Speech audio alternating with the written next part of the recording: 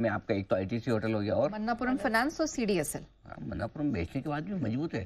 CDSL तो समझ में आता है, थोड़े से मार्केट के वॉल्यूम्स और ये सब जो कम होने लगे हैं। हालांकि अभी भी 22 लाख अकाउंट खोले इन्होंने। हाँ। ऐसा कम नहीं है, नेगेटिव नहीं है, लेकिन पहले 40 खोलते थे, अब 22 खोल रहे हैं, इसलिए स्टॉक करेक्ट भी हुआ है थोड़ा सा।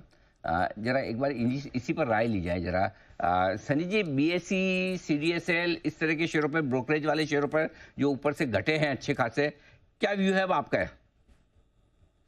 Anil ji, I think definitely capital market play है और मार्केट सेंटिमेंट के साथ स्टॉक प्राइस मूव और प्रॉफिटेबिलिटी भी मूव होगी। बट मुझे लगता है कि अगर किसी का लंबा होराइजन है capital market as a theme को, तो मुझे नहीं लगता है कि इंडिया में कोई ये स्टोरी जो है कैपिटल मार्केट ग्रोथ की, उसमें कोई चेंजेस हुए। ठीक है, मार्केट में उतार चढ़ाव चलते रहेंगे और यही समय होगा जहां आपको कैपिटल मार्केट रिलेटेड स्टॉक जो है एक रीजनेबल वैल्यूएशन पर मौका मिलेगा। तो I think yes, definitely account addition घटे हैं, वॉल्यूम, ट्रेडिंग वॉल्यूम घटे हैं, नई कंपनी जो लिस्ट होने जा रही है उसमें कहीं ना कहीं कमी आई है। तो अगले आने वाले 1 या 2 क्वार्टर में प्रॉफिटेबिलिटी में हम डीग्रोथ आते देखेंगे।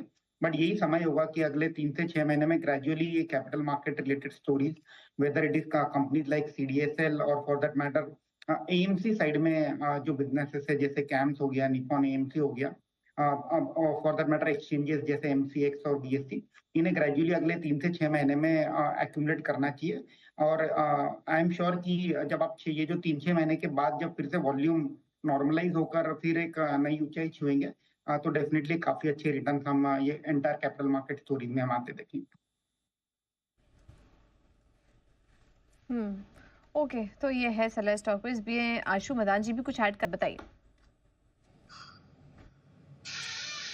अनिल जी, कैपिटल मार्केट पे एक और डेटा शेयर करता हूं। अक्टूबर में 40 लाख कॉन्ट्रैक्ट ट्रेड होते थे इंडेक्स के, 35 से 40 लाख कॉन्ट्रैक्ट, और वो अनिल जी अब रह गए 7 लाख।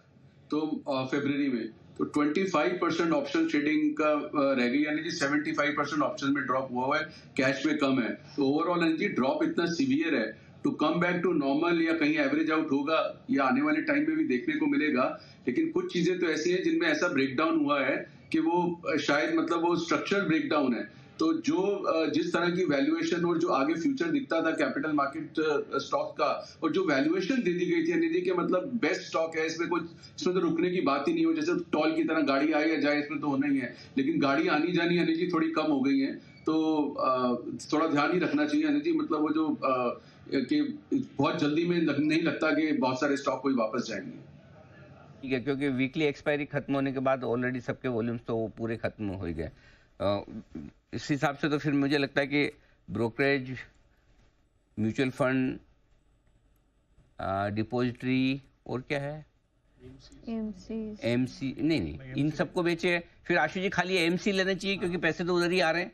या तो एमसी वाले शेयर खरीदे म्यूचुअल फंड वाले, या फिर वेल्थ मैनेजमेंट, करेक्ट, ये शिफ्टिंग कर लेनी चाहिए फिर पोर्टफोलियो में। अनिल जी, ये आपने ये between the capital market Anil ji, जिन जो भी जो आपने कहा कि जो ब्रोकरेज स्टॉक्स हैं जिनका ऑप्शन ट्रेडिंग का बहुत बड़ा रोल था, ऑब्वियसली उस पर ज्यादा इफेक्ट होगा।